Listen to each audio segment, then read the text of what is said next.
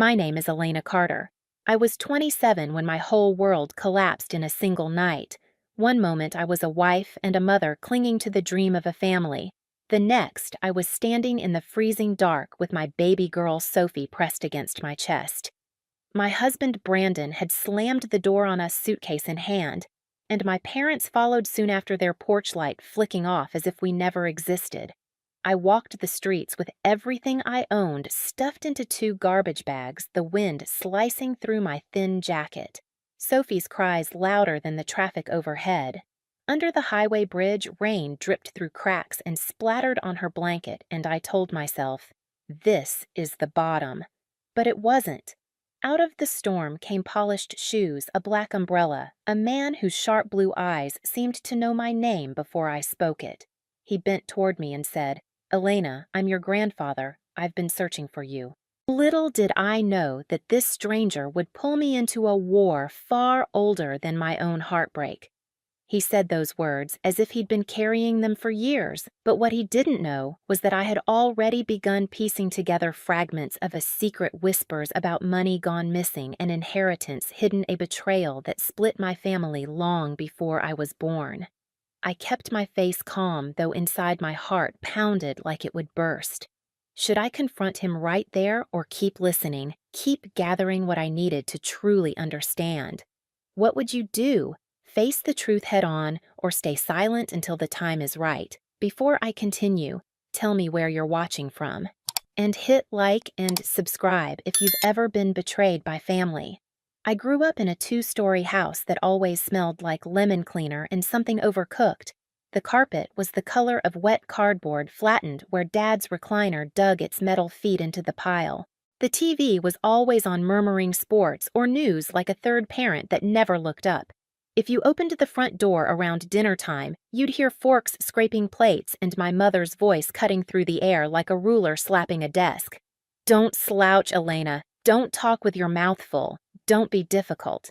I learned early that being seen was the fastest way to be corrected and being invisible was the safest way to live. Daniel never had to learn that. He was born with a spotlight attached according to Mom.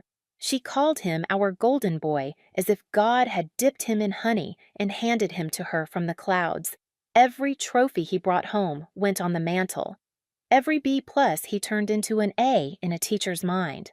At Christmas, his gifts were the kind that had weight and metal and brand names. Mine had the crinkle of tissue paper and the soft apology of socks. Once when I was 9, I won a spelling bee. I brought home the cheap plastic medal still warm from my skin and held it out like a little son.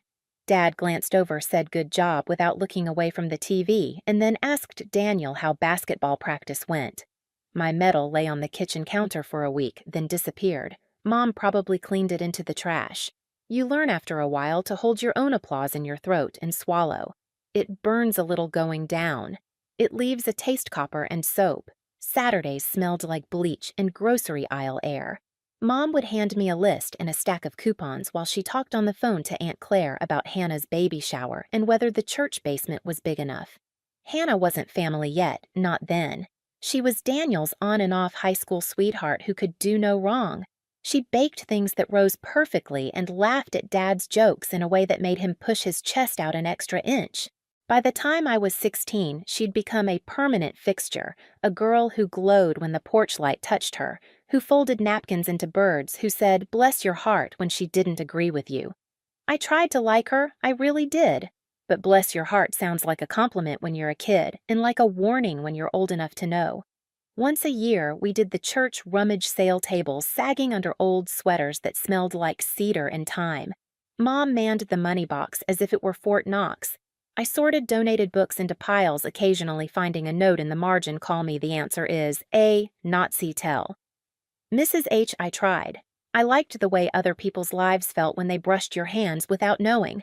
Daniel would show up just long enough to be seen lifting something heavy.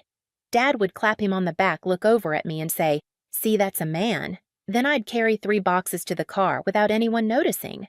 We were a Midwestern family in every postcard sense. We had a flag on the porch and a grill in the backyard that smoked us out of mosquito season once a week.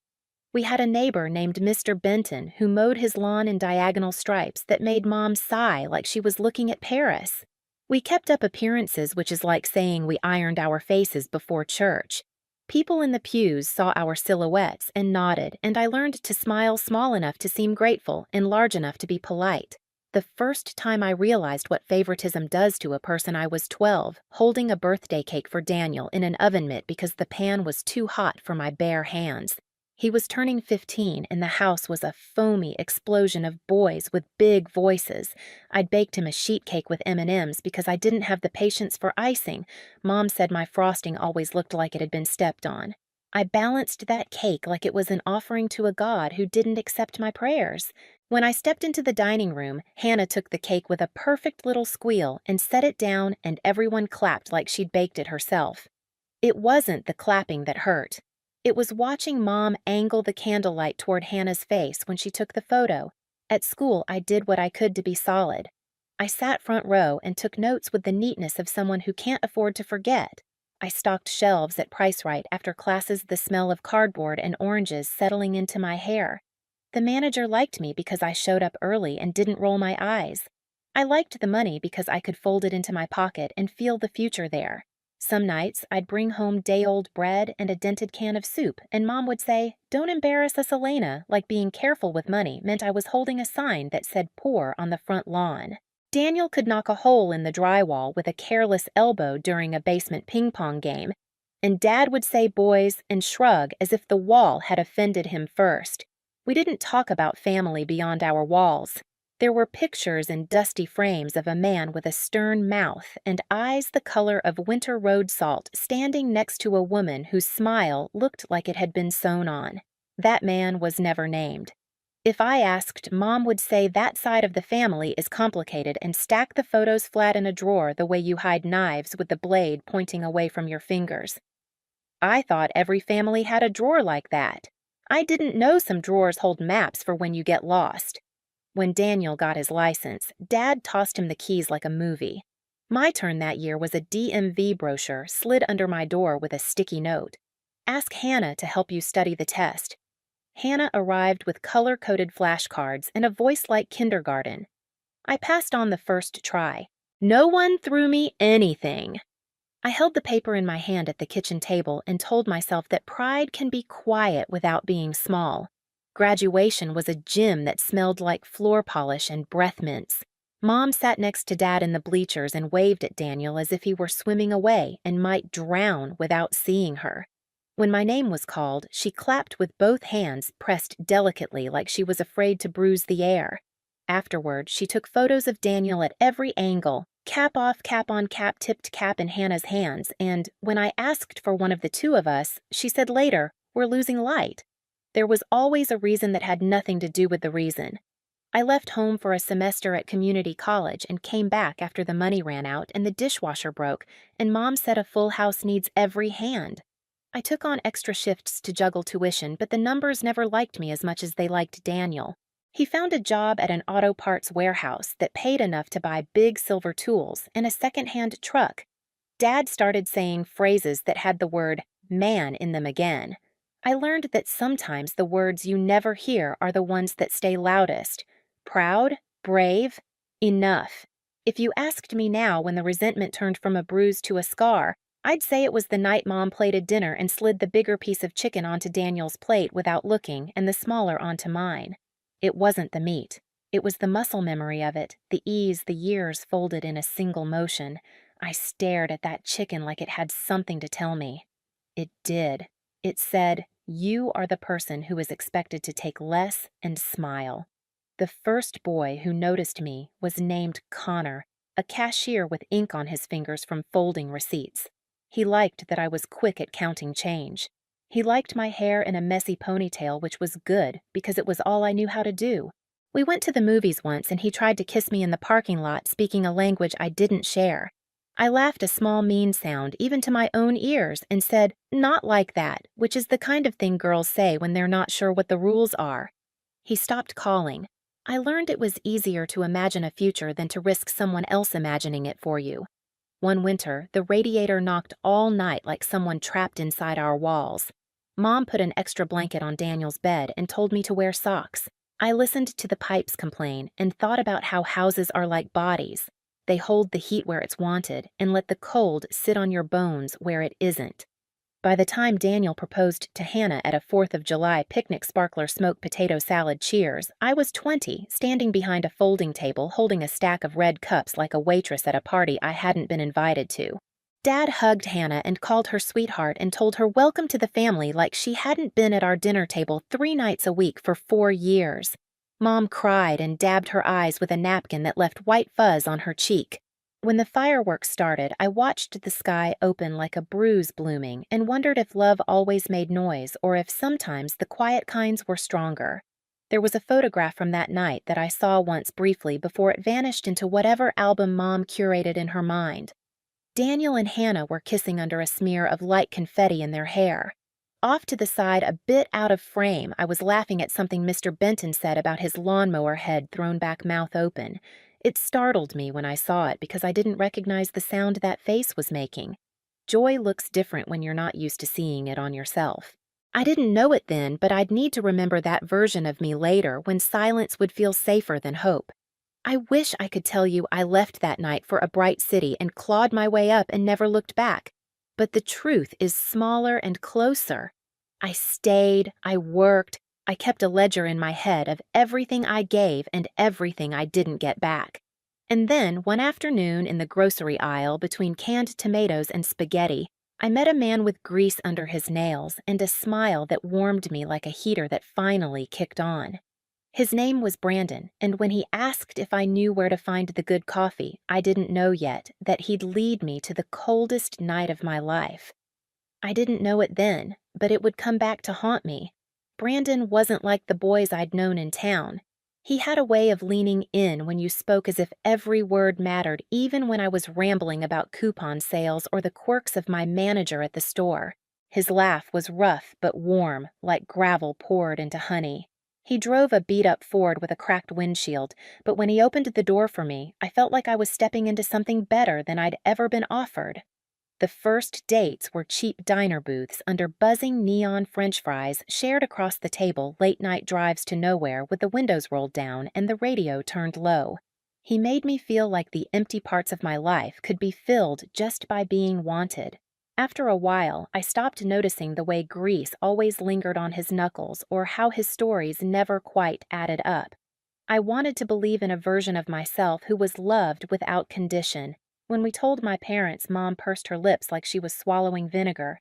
Dad nodded once and said, "As long as he works hard." Daniel smirked and clapped Brandon on the shoulder, the kind of gesture that looked supportive but carried a weight of superiority. Hannah hugged me in front of everyone and whispered, "Good for you, Elena," in a tone that suggested she meant the opposite. I smiled anyway because that's what I'd been trained to do. Swallow the sting, pretend it didn't hurt. Our wedding was small, not the kind with white tents and photographers. We rented the church basement, the same one Mom used for rummage sales decorated with streamers that sagged in the humidity. Brandon wore a suit that didn't quite fit. I wore a borrowed dress with a hem pinned up. When I walked down the aisle, Dad gave me away with a stiff pat on the arm. He didn't even look at me, just kept his eyes forward like he was handing off a package. But Brandon's smile when he saw me, it was the kind of smile you memorize because you know it might not last forever. The first year, we lived in a one-bedroom apartment above a laundromat. The place always smelled like detergent and steam, but I didn't mind. We ate boxed mac and cheese on folding chairs, laughed at sitcom reruns, and built a life out of whatever scraps we had. When Sophie was born, the walls seemed to glow. I held her in my arms and thought finally, here is someone who will never see me as less. But happiness has a way of slipping through the cracks. Brandon started picking up extra shifts at the factory, or so he said. He came home late, the scent of motor oil mixed with perfume that wasn't mine. His phone buzzed constantly, and he angled the screen away from me. At first, I told myself it was stress that the bills and the crying baby were just too much. But deep down, a familiar chill crept in, the same one I'd felt when Mom compared me to Daniel when Dad praised Hannah's cooking instead of mine. It was the feeling of being second place in my own story. One night, Sophie was asleep in her crib, her tiny fists curled under her chin, and I finally asked Brandon, "Are we okay?" He didn't look up from his phone. Yeah, fine. His eyes were tired, but not from work. They were tired of me. The night I found the message, my whole body shook. A woman's name I didn't recognize. Words that cut like blades. Can't wait to see you tomorrow. Don't let her suspect. The phone slipped from my hand and clattered onto the floor. Brandon walked in, saw the screen, and for a second, his face went pale like he'd been caught stealing. I whispered, "Who is she?" My voice cracked like glass. He sighed, almost annoyed, and said, "Elena, I can't do this anymore. I don't love you the way I used to. I've met someone else." He didn't beg. He didn't fight. His suitcase was already by the door. He kissed Sophie's forehead, not even glancing at me, and walked out. The sound of that door closing was louder than any slammed fist. After he left, the apartment grew unbearably silent. The hum of the fridge sounded like mockery. The creak of the floorboards made me flinch.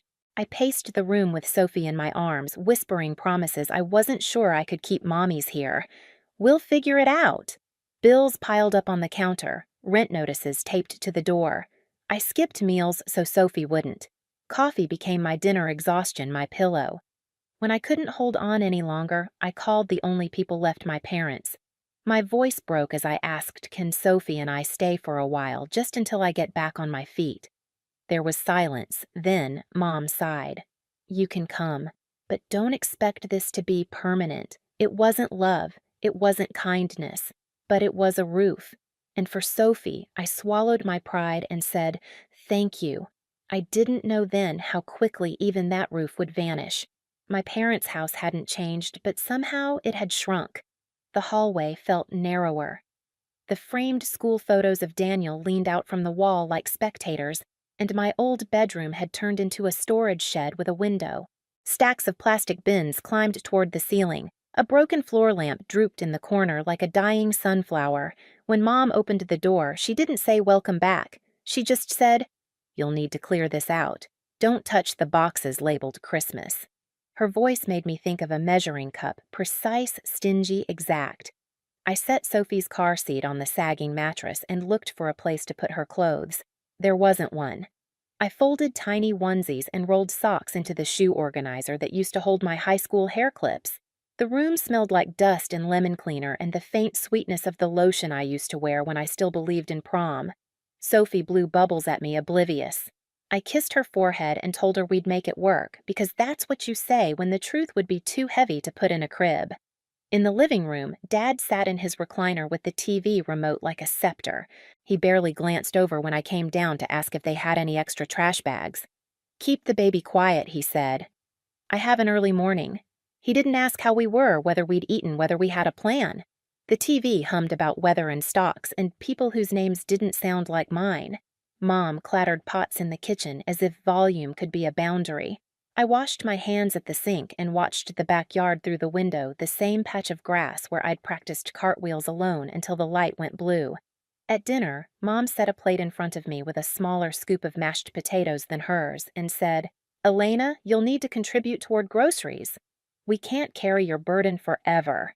Her voice slid neatly over Sophie as if a 1-year-old could be an invoice. I said yes because no felt like a match I couldn't afford to strike. Daniel and Hannah showed up midway through with a bag of artisan bread and a six-pack that Dad praised like a sacrificial lamb. Hannah's hair gleamed in a way that made me want to rub mine with a dryer sheet. She sliced the bread, laid the pieces perfectly fanned, and asked, "How's the little angel?" without getting close enough to smudge her blouse. "She's good," I said.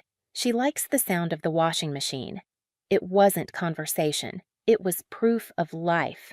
Hannah smiled and nodded as if I'd given the correct answer on a test. Daniel kissed Mom's cheek and told a story about traffic on the highway that made Dad laugh so hard he wheezed.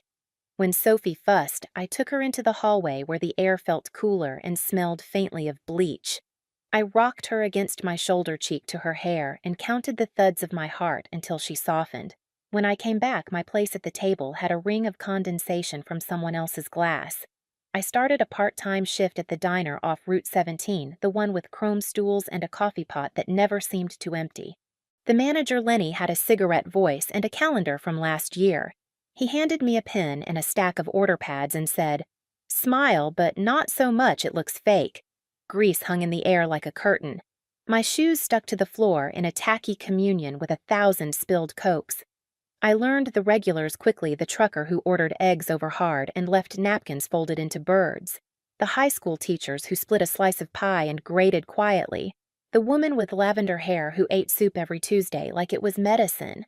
I liked memorizing what people wanted before they asked. It made me feel attached to a rhythm I wasn't allowed to conduct.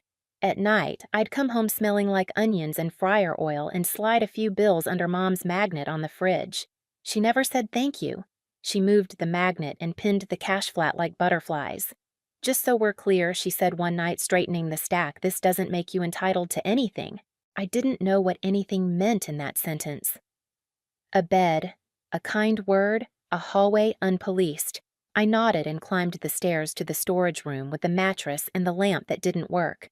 Sophie began to crawl, then hands flat against the carpet like tiny swimmers. She loved the pattern of sunlight on the wall at a certain hour, the way dust turned into snowflakes if you looked just right. I brought her outside to the back step when the weather was kind and let her pat the warm concrete with her palm. She laughed at the neighbor's dog. For 5 minutes at a time, I forgot I was an unpaid tenant in a house that didn't want me. When Daniel and Hannah visited on weekends, the house transformed. Mom pulled out the good plates and the cloth napkins with stitched corners.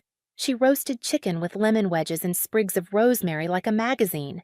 Dad told his best stories, the ones where he won, the ones where his son won. Hannah brought a salad that looked like a garden had dressed up for church. Here, she'd say, "Setting it down like a gift." Mom kissed her cheek and said, "You always know how to elevate things."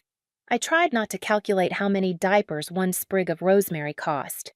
Sometimes Daniel's friends came by with their kids, small hurricanes in light-up sneakers. Mom scooped them up and made the sound grandmothers make when they see a future they approve of.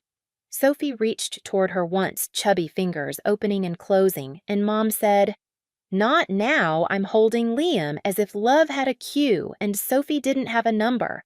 I told myself not to mind. I told myself the math would even out. I told myself a lot of things so I wouldn't have to tell myself the truth. One afternoon, I came home from a double shift to find Hannah in my room rifling through a bin labeled fall decor.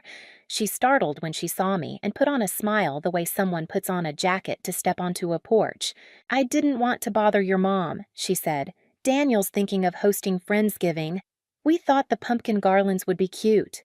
She looked around at the bins and the crib and my folded life, and for a second I saw her register it, the smallness, the makeshift, but the recognition vanished like a blink. "Anyway, do you mind?" she said. What I minded could have filled the house.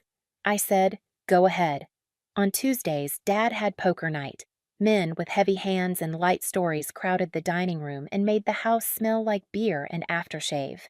I carried Sophie upstairs early on those nights and told her a new story I made up about a brave rabbit who lived in a field of dandelions and always found his way home. She fell asleep with her fist around my finger, a grip that said there was at least one thing in this world that was sure. The day the fever started, the air had that metal taste that comes before rain. Sophie's cheeks flushed pink, her eyes glassy with heat. I took her temperature and the number glowed too high. I carried her downstairs to the couch and asked Mom for help with the same voice I used to ask for glue in kindergarten. "She's burning up. I think I should take her in." Mom didn't glance up from her phone. "Babies run hot. Give her water." She tapped another message. "You need to learn responsibility, Elena. We already raised our kids." The words slid into my skin and settled there. I rocked Sophie on the couch and whispered to her, "It's okay. I've got you. It's okay." I was saying it for both of us. I was saying it so I would believe it. When I finally got a ride from Tammy, the night waitress, to the urgent care on the edge of town, the nurse told me I'd done the right thing. "She's dehydrated," she said, "but you brought her in. She'll be fine." I cried then, not because Sophie was safe, but because someone had used the word right at me and meant it. Bills stacked themselves with the obedient malice of paper. Rent notices, co-pays, little orange receipts that looked harmless until they weren't. Lenny at the diner cut my hours when the new girl started. You'll bounce back, he said, which is what people say when they hope you won't fall on their floor. I picked up extra shifts on graveyards and came home when the sun made the kitchen yellow and everything else looked the same. The day I overheard them, the house was quiet in that particular way that means something is being planned. Sophie had finally gone down for a nap, her breath small and even. I went to the kitchen for water and heard Mom's voice low in the living room, the TV on mute, the sound of their conversation like footsteps on a stage. I froze in the doorway of the hall, my back to the cool wall, the old paint slightly gritty under my palms. We can't keep doing this, Dad said. Daniel and Hannah are coming every weekend now. They need a room for the boys. She's in there with that baby, Mom said, and the word baby felt like a slur in her mouth. We didn't plan to run a hostel. She should be standing on her own by now, Dad said. 2 weeks. That's fair. Something slid in my stomach, a drawer opening. 2 weeks. The words went through me like a medicine I couldn't swallow. I saw the bins in my room, the crib, the tiny socks rolled inside a shoe organizer, and I tried to do the math of where, of how, of what next. My water glass sweated in my grip. I thought of knocking on the doorway and saying, I can hear you. I live here. I have ears. I am not a ghost. Instead, I backed into the hall and stood very still and listened to my own heart until it came back from wherever it had run. That night, I fed Sophie in the chair by the window and watched the neighbor's porch light blink off. The street went dark in a way that always felt like swallowing. I started packing in my head. Not because I had somewhere to go, but because sometimes packing is the only way to keep from breaking. Diapers. The quilt Mrs. Benton gave me when Sophie was born, the one with blue triangles that looked like mountains. 2 bottles. The photo of Sophie with frosting on her cheek from the time Tammy brought cupcakes to the diner. My hands moved without moving. My mind folded. I thought about asking Daniel for help and knew the shape of his face when he'd say, You know how tight things are right now. I thought about asking Hannah and heard the click of her kindness sliding into place without opening. I thought about going to church and imagined the line in the basement pantry and the way my mother would hold her mouth if she saw me there. I thought about calling Brandon and tasted pennies. Sophie stirred her lashes flickering like moth wings. I put my finger on her palm and she grabbed it in her sleep. I'm here, I whispered. I'm here. The house creaked, old wood shifting ghosts of our feet rearranging themselves. Somewhere in the dark, a clock I couldn't see kept time. 2 weeks ticked like a metronome, steady, indifferent. I didn't know yet about the bridge about the rain that would find us under concrete and name itself winter in my bones. I didn't know a man in a black suit would step out of that weather and say my name like it was a key. What I knew was this: rooms can eject you, families can vote you off the island, love can be rationed like soup, and sometimes the only way to survive is to start counting backward from a number someone else chose. The 2-week deadline hung over me like a neon sign I couldn't turn off. Every night when I tucked Sophie into her crib, I counted the days left in my head. 13, 12, 11. My parents carried on like nothing had changed, but their voices carried sharp edges now, every conversation a reminder that we were temporary, inconvenient, disposable. At the diner, I pushed myself harder, smiling wider, carrying heavier trays, but exhaustion showed. I felt it in the ache of my wrists, in the way my shoes peeled from the sticky floor with reluctant sighs. One Friday, Sophie's sitter canceled, and I had no choice but to bring her in. I parked her stroller in the corner of the break room, whispering promises of crackers and lullabies if she stayed quiet. But babies don't make deals. She cried during the dinner rush, her small voice piercing through clattering plates and coffee refills. Lenny stormed in his face, red from fryer heat and anger. This isn't a daycare, Elena, he snapped. I don't have anyone else, I pleaded. I'll keep her quiet. You're done. Pick up your check. The words sliced deeper than any insult. Customers stared as I carried Sophie out, shame burning hotter than the August air. That night, I sat in the car engine off Sophie's breath, soft against my shoulder, and wondered how quickly a life could unravel. I didn't cry. Not then. The tears felt useless, like water poured on a fire already burned to ash. A week later, the landlord knocked at the boarding house we'd scraped into after my parents' first eviction threat. He had yellowed teeth and a ledger he held like scripture. "You're behind. Out by tomorrow. Please," I begged, clutching Sophie on my hip. "One more week. I'll find work." He shook his head. "Tomorrow." The next day, our belongings were stacked in the hallway. A duffel bag of Sophie's clothes, a bag of diapers, my old coat. Rain smeared the windows like greasy fingerprints. I dialed my parents one last time, desperation raw in my voice. "Mom, Dad, please. We have nowhere to go. Sophie's sick." Dad's reply was cold as stone. "Daniel and Hannah are coming this weekend. We don't have space. You'll figure it out." The line clicked dead. That night under the bridge, I realized how disposable we were in their eyes. And still, some part of me kept taking mental notes, collecting every word, every slight, evidence in a trial I hadn't scheduled yet. Mini drama 1, I overheard Hannah laughing in the kitchen with Mom about how Elena always finds drama. I stood in the doorway with Sophie on my hip unseen and memorized the exact curl of Hannah's lip. Mini drama 2. Daniel bragged about his promotion and Dad clapped him on the back, saying, "That's how you provide for family." I swallowed the bitter taste, thinking about the crumpled bills I slid under Mom's fridge magnet every week, bills that never bought me a word of praise. Mini drama 3. I found a letter in the mail stack addressed to Hamilton Holdings, torn open and shoved back. The name pricked something in me, Hamilton, like the grandfather I'd seen in the photos they buried in drawers. Mom snatched it from my hand before I could read more. "Not your concern," she hissed, but it was. The letters kept coming, and every time I saw that name, it scratched louder at the back of my mind. Mini drama 4.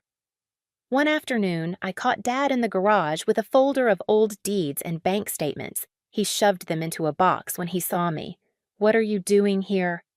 His voice was sharp, but his eyes held fear. I said nothing, but I remembered the name Hamilton stamped on the top sheet. Mini drama 5.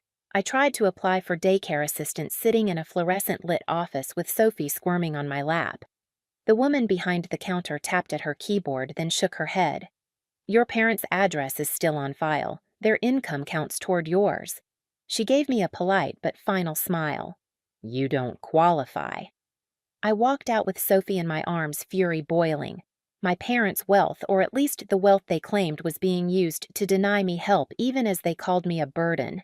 Every slight was a brick, and I stacked them silently inside me. Evidence, proof, a ledger no one else could see. The breaking point came late one night. I was heating a bottle in the kitchen when I heard Mom and Dad again, voices low but sharp. "She'll never make it on her own," Mom said. "But we can't keep sacrificing Daniel's family for her mistakes." "Victor's money was supposed to be ours," Dad muttered.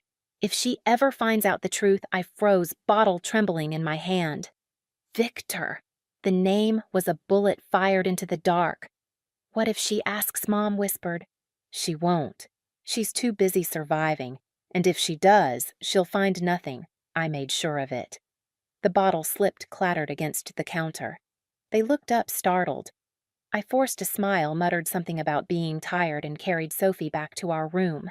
My pulse hammered in my throat. Victor. Hamilton. A truth buried in drawers and boxes.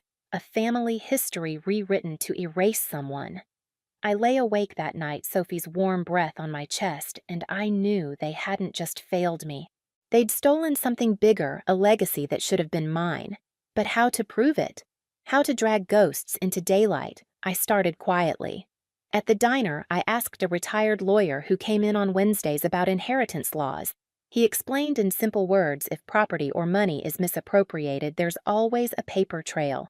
At the library, I sifted through public records, fingers blackened with ink eyes burning under fluorescent lights.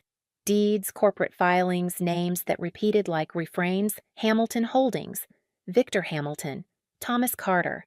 Piece by piece, the story formed. My father had once been the son of a wealthy man. A man erased from our dinner table, from our family tree. A man my father had betrayed. I couldn't confront them yet, not without more. not without a weapon sharp enough to cut through years of lies.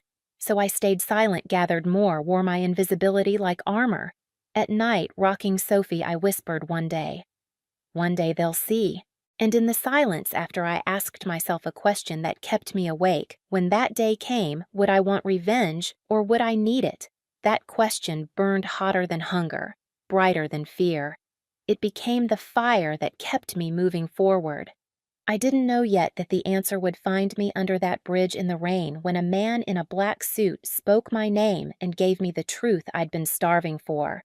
When Victor pulled me and Sophie out from under that bridge, I thought it was just rescue, shelter, a reprieve from the storm. But it was more than that. It was the opening move in a game I hadn't realized I'd been forced to play since birth. The mansion in Florida felt unreal at first. Cream-colored walls, polished marble staff who looked me in the eye with kindness instead of pity. But Victor didn't coddle me. He didn't shower me with luxury and call it love. Instead, he poured black coffee in the mornings, sat me down at the long oak table and said, "If you want a future, you'll have to build it. I'll give you tools, not crutches." So I listened, I watched, I learned. Hamilton Properties towered over downtown Tampa glass walls, catching the sunlight like a blade. On my first day there, Victor introduced me simply, "This is Elena. She's here to learn. Treat her as you would anyone starting from the ground floor. No hint of favoritism, no disclosure of bloodlines." My last name meant nothing in that office. Whispers started immediately. "Who is she?" "Charity case, Victor's."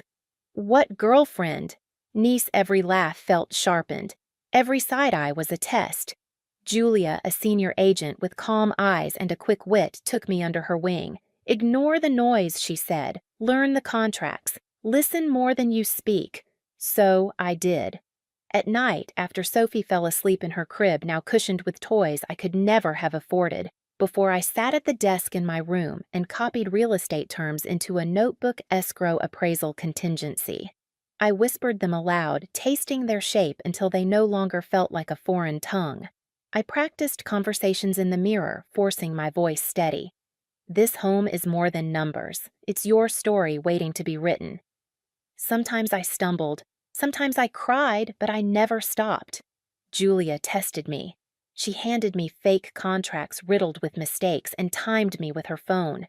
"You missed clause 14, she'd say. Or, "You caught it. Good. Now do it faster."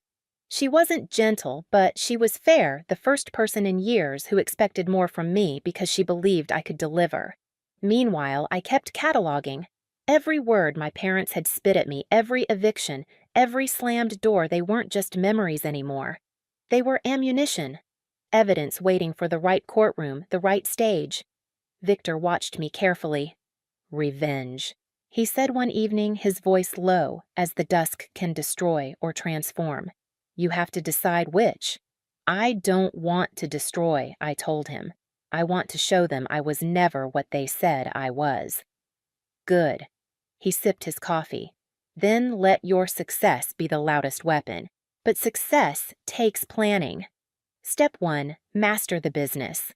I spent 6 months shadowing Julia, then taking small clients on my own. I learned to ask questions that mattered not "What's your budget?" but "Where do you see yourself at Christmas? Who do you want sitting at your table?" People bought houses because they wanted safety, belonging, memory. I knew those hungers better than anyone. Step 2, build credibility. Every paycheck I put aside savings. I opened a separate account under Sophie's name. I paid off lingering debts one by one until the old chains loosened. Step 3, prepare for confrontation. I gathered every scrap of paperwork Victor could find, old deeds, forged signatures, the proof of what my father had stolen decades ago. We hired a lawyer, a quiet man with sharp eyes, to verify every document. "It's airtight," he said, "but you'll need to choose how public this goes." Step 4, fortify Sophie. I enrolled her in a private preschool where she learned songs I didn't know and came home with art projects of sunbursts and rainbows. I made sure she felt roots where I had none. But I also warned myself children become targets when adults go to war. Some nights after Sophie was asleep, I paced the balcony, feeling the Florida breeze on my skin, thinking about timing. If I confronted too early, they'd twist it, call me ungrateful, hysterical. If I waited too long, they might come for Victor again, like they had before. One evening, Julia found me in the office, staring at a contract I couldn't focus on. "What's really on your mind?" she asked. I hesitated, then said, "My family doesn't believe I belong anywhere. I want to prove them wrong, but I don't know if that's revenge or survival." She leaned on the desk. "Why can't it be both?" That night I wrote in my notebook, "Survival, Clark Foundation. Revenge, Parth Echo. One builds, one answers." So I built. I closed my first sale, then another. Clients began asking for me by name. Whispers in the office turned grudgingly respectful. After a year, the board promoted me to junior partner. Victor didn't smile, but his eyes softened. "Now," he said, "you're ready." Ready for what I asked myself. Ready for the day Thomas and Linda Carter, with Daniel at their side, would walk through those glass doors pretending they hadn't tried to erase me. Ready to lay their sins bare in front of witnesses. Ready to show them that the daughter they'd called a burden had become the woman holding their fate. The plan was simple but brutal. Let them come to me. Don't chase them. Don't beg. Don't explain. Let them arrive thinking they could use me and then reveal in one clean strike that the power had shifted entirely. I pictured it often, the lobby gleaming, Sophie's photo on my desk upstairs, their faces when they realized the inheritance they'd buried had come back through me, multiplied, undeniable. Patience, Victor reminded me. They'll come when they smell opportunity. That's when you strike. And he was right. Because gossip spreads faster than fire, and soon enough they did hear of me. The runaway daughter, the abandoned wife, the single mother turned CEO. Headlines printed what my parents never believed: Elena Carter, new face of Hamilton Properties. I folded each article and set it beside the ledger in my drawer, the invisible courtroom filling with evidence waiting for its trial. I was no longer counting days of eviction. I was counting days until confrontation. And when it came, I promised myself I wouldn't raise my voice. I wouldn't beg. I would look them in the eye and let silence carry the weight of everything they had thrown away, because silence, sharpened by truth, can cut deeper than any scream. The morning it happened, the air in the lobby of Hamilton Properties was cool and polished, smelling faintly of lemon wax and money. Sunlight streamed through the wall of glass, catching in the marble floors, turning every reflection into something sharper than real. I stood near the reception desk, Sophie's photo tucked inside my office upstairs, my heart steady as if it had been training for this day. Ms. Carter Emily from reception said, her voice low, hesitant. "There are visitors here asking for you." I turned, and there they were. My parents. Thomas in an outdated suit that looked borrowed from someone with broader shoulders, Linda in a wool coat that had seen too many winters. Behind them stood Daniel and Hannah, polished, smiling like politicians on the campaign trail. For a moment, the air folded back into time. I saw the kitchen where Dad told me to keep the baby quiet, the dining table where Mom measured mashed potatoes onto my plate like portions of love, the hallway where I heard them plotting my eviction, Sophie's fevered forehead against my palm, the rain under the bridge. Then the vision dissolved, and I was back in my company's lobby with dozens of employees pretending not to stare while their eyes clung to every detail. Elena Mom said brightly, as if she were greeting me at Thanksgiving dinner, "Honey, you've done so well for yourself." Her voice was sugared poison, and the employees heard the tremor underneath. Dad stepped forward, his smile taut. "We saw you on TV. We thought it's time we reconnect. Family should stick together, don't you think, family?" The word tasted like rust. I let the silence stretch long enough that the receptionist looked down at her keyboard, long enough that a few whispers rose from the mezzanine above.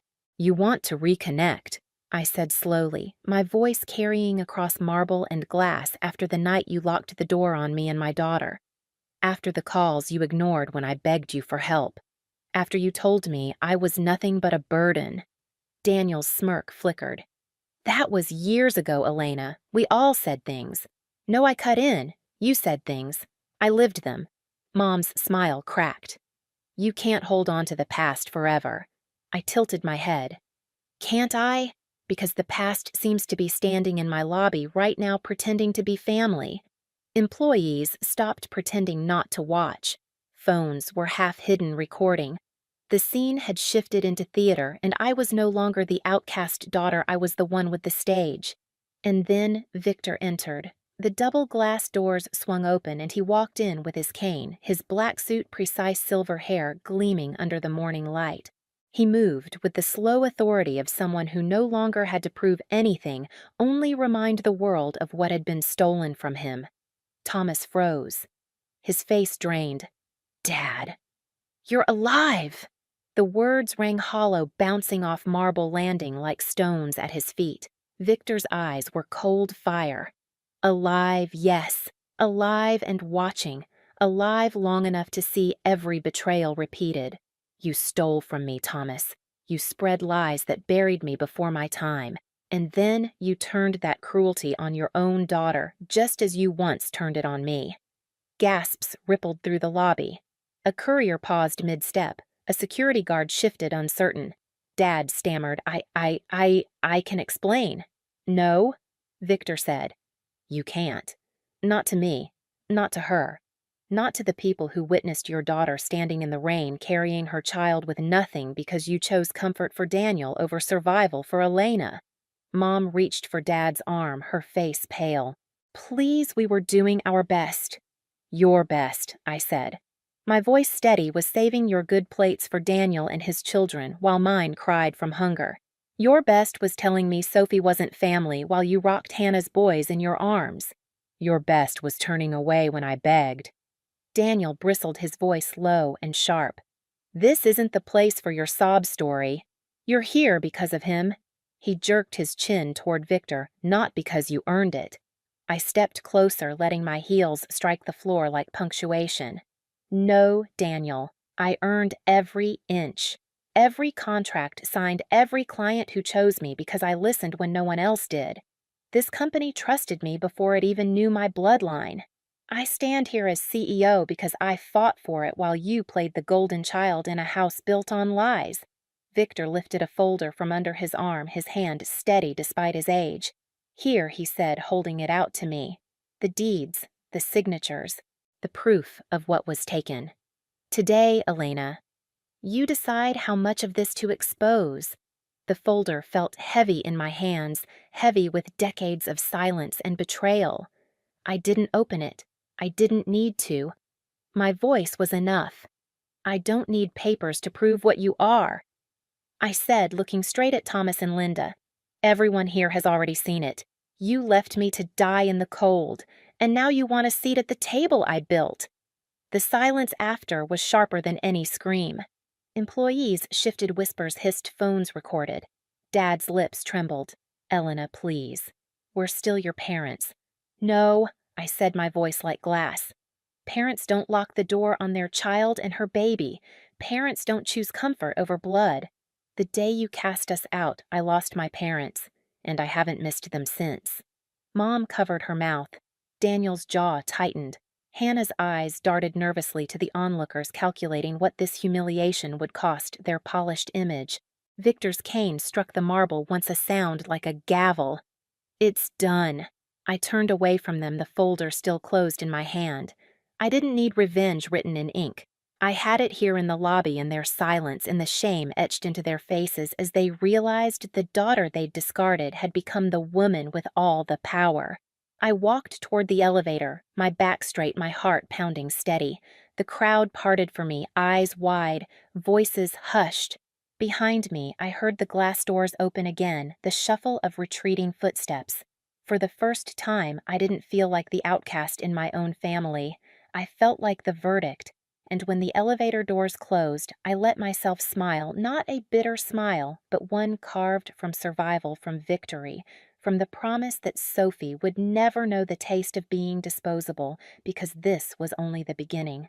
When the elevator doors opened on the top floor, my legs trembled with the adrenaline I hadn't allowed myself to show downstairs. I stepped into my office, shut the door behind me, and leaned against it for a moment, breathing hard. Sophie's framed photo sat on my desk, her gap-toothed smile, her hand clutching a crayon.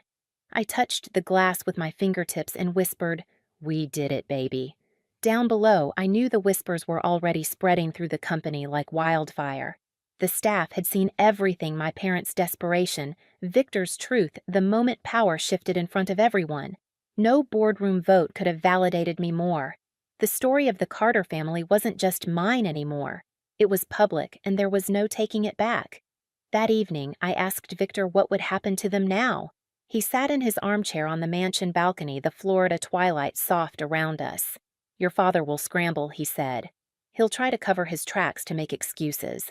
But lies have a short half-life when exposed to light." He looked at me steadily. "You don't need to lift a finger. Their own shame will undo them." And he was right. Within weeks, the echo reached me. Daniel lost a contract at his firm when a client whispered about that scene at Hamilton Properties. Hannah's social circle shrank. Women who once fawned over her stopped inviting her to luncheons. Mom sent one message through a cousin: "We just wanted to be part of your success." I didn't answer. Some words don't deserve oxygen. Yet victory felt complicated. Some mornings I'd pour Sophie's cereal, watch her chatter about school, and feel a hollow space inside me. Revenge had given me closure, yes, but it hadn't erased the years I'd begged for crumbs of love, hadn't rewritten the cold nights with no home. The silence of their rejection still echoed, softer now, but present. One night, Sophie climbed into my lap, her hair smelling of soap and crayons. "Mommy," she asked, "why don't we see Grandma and Grandpa?" I kissed her forehead. "Because not everyone who's called family acts like family." "But you," I whispered, holding her close, "you'll always have me. And that's enough." She nodded content and drifted off against my chest, and I realized revenge had freed me, but Sophie was what saved me. Still, part of me knew this story wasn't finished. Daniel's last words before leaving the lobby still scraped in my memory. "This isn't over." There was venom in his voice, a promise more than a threat.